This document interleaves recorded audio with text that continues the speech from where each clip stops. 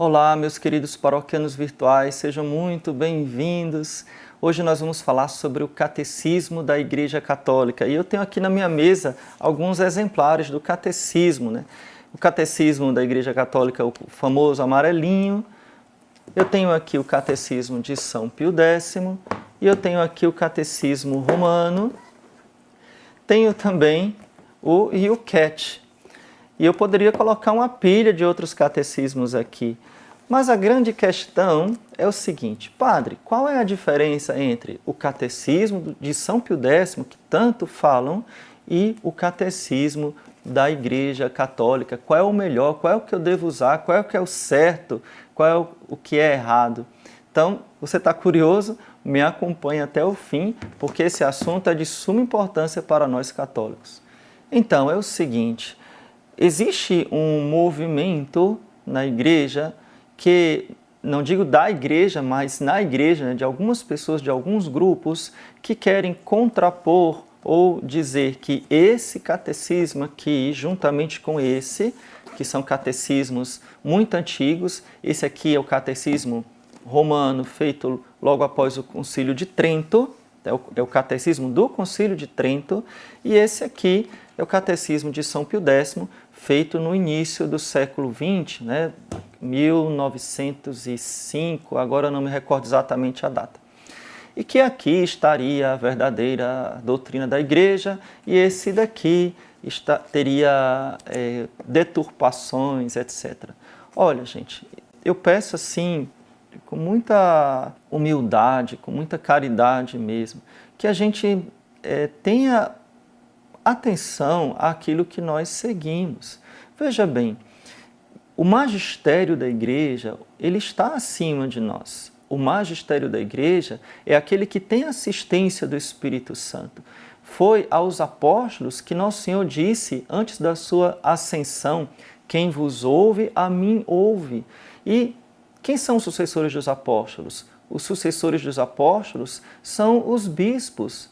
É o Papa, que é o sucessor de São Pedro, e todos os bispos do mundo são sucessores dos apóstolos. E o magistério da Igreja, que são os bispos em comunhão com o Santo Padre, o Papa, eles nos transmitem a doutrina da fé, eles nos dão o ensinamento segundo aquilo que Jesus ordenou e pela assistência do Espírito Santo. Ora, a doutrina que foi definida no Concílio de Trento, que está presente aqui de modo mais profundo nesse catecismo que foi feito para os padres e não para os leigos, tá? Não estou dizendo que você é leigo não pode ler, mas ele foi escrito para os padres. E esse aqui, que é um resumo bem simples que São Pio X fez para os leigos. Esse aqui, sim, foi escrito para os leigos. Então, a doutrina que está aqui, a essência da doutrina cristã, da doutrina católica que está aqui, ela está aqui também. Não há diferença entre a doutrina católica presente no catecismo de São Pio X e a doutrina católica presente no catecismo atual, que foi elaborado por ordem de São João Paulo II e sob a orientação, a coordenação de outro Papa, que depois seria Papa, Papa Bento XVI, na época ele era cardeal. Então, foi com a autorização, né, sob a autoridade do Papa que esse catecismo foi feito e com a aprovação do Papa. E foi elaborado nada mais nada menos que pelo maior teólogo da Igreja Católica vivo até hoje, que é Bento XVI. Então, foi elaborado com a contribuição de bispos do mundo inteiro. Então, quem foi que fez esse catecismo? Foi o magistério da Igreja. Tem a autoridade magisterial da Igreja e nós não podemos contestar o magistério da Igreja. Padre, quer dizer que é igual? Não, porque veja bem, uma coisa é a doutrina da Igreja, outra coisa são as normas eclesiásticas. A doutrina da Igreja, que é a doutrina de Cristo, ela não muda, mas as normas, a linguagem, ela muda. A linguagem que a Igreja falava no século II, III, IV não é a mesma linguagem da Igreja no século X, XI, nem a mesma linguagem do século XVI ou do século XX. Por quê? Porque as pessoas, as culturas são diferentes. A Igreja ela não adapta a doutrina, mas adapta a linguagem. A igreja absorveu, por exemplo, nos primeiros séculos, os cristãos absorveram termos da filosofia grega para explicar a nossa fé, a nossa teologia. Então, hoje nós defendemos a transubstanciação. De onde veio isso? Veio da cultura grega, né? Veio da linguagem da filosofia grega.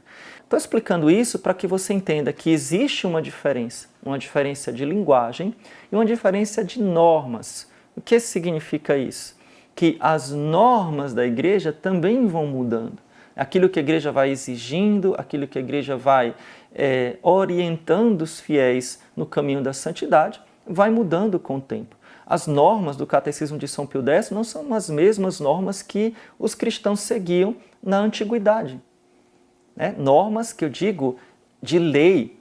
Então, eu posso dizer que entre o Catecismo e outro existe um livro chamado Código de Direito Canônico. Existem as orientações da igreja para cada tempo. Existem problemas novos também. Por exemplo, na época de São Pio X, o que é que não existia? Anticoncepcional. Então o catecismo vai falar dos anticoncepcionais. Né? Então vão surgindo problemas novos, vão surgindo novas respostas que a igreja vai dando. Outra coisa importante é que, como esse catecismo foi feito para os leigos, ele é feito de forma bem simples, perguntas e respostas, e bem objetivas. Eu gosto muito, porque é muito preciso, é muito objetivo, como era costume se falar naquela época. Então, ele é maravilhoso, eu aconselho, se você não tem, compre, vale a pena. Esse daqui, você talvez não saiba, mas ele não foi escrito para os leigos. Né? Não é que os leigos não podem ler, não é isso. Mas ele foi escrito como um texto base que serviria de subsídio ou de fonte para que os bispos nas suas dioceses elaborassem os pequenos catecismos para cada diocese. Como se fosse um livro de estudo para o catequista, para o padre ou para o bispo, tirar daqui um resumo. Bom, isso não foi feito porque o livro foi um sucesso tão grande, né, que acabou sendo o texto base sendo esse. Então aqui existe um grande aprofundamento, é muito extenso, vai explicar a mesma coisa que aqui explica, mas de forma mais extensa, colocando mais fontes e também atualizando para os problemas da vida moderna, da vida de hoje. Uma outra diferença que eu já falei é que esse aqui é em perguntas e respostas, esse aqui é de forma dissertativa. Agora, que fique bem claro que aquelas normas, tá, disciplinares que valiam para esse catecismo, nem todas valem para este catecismo.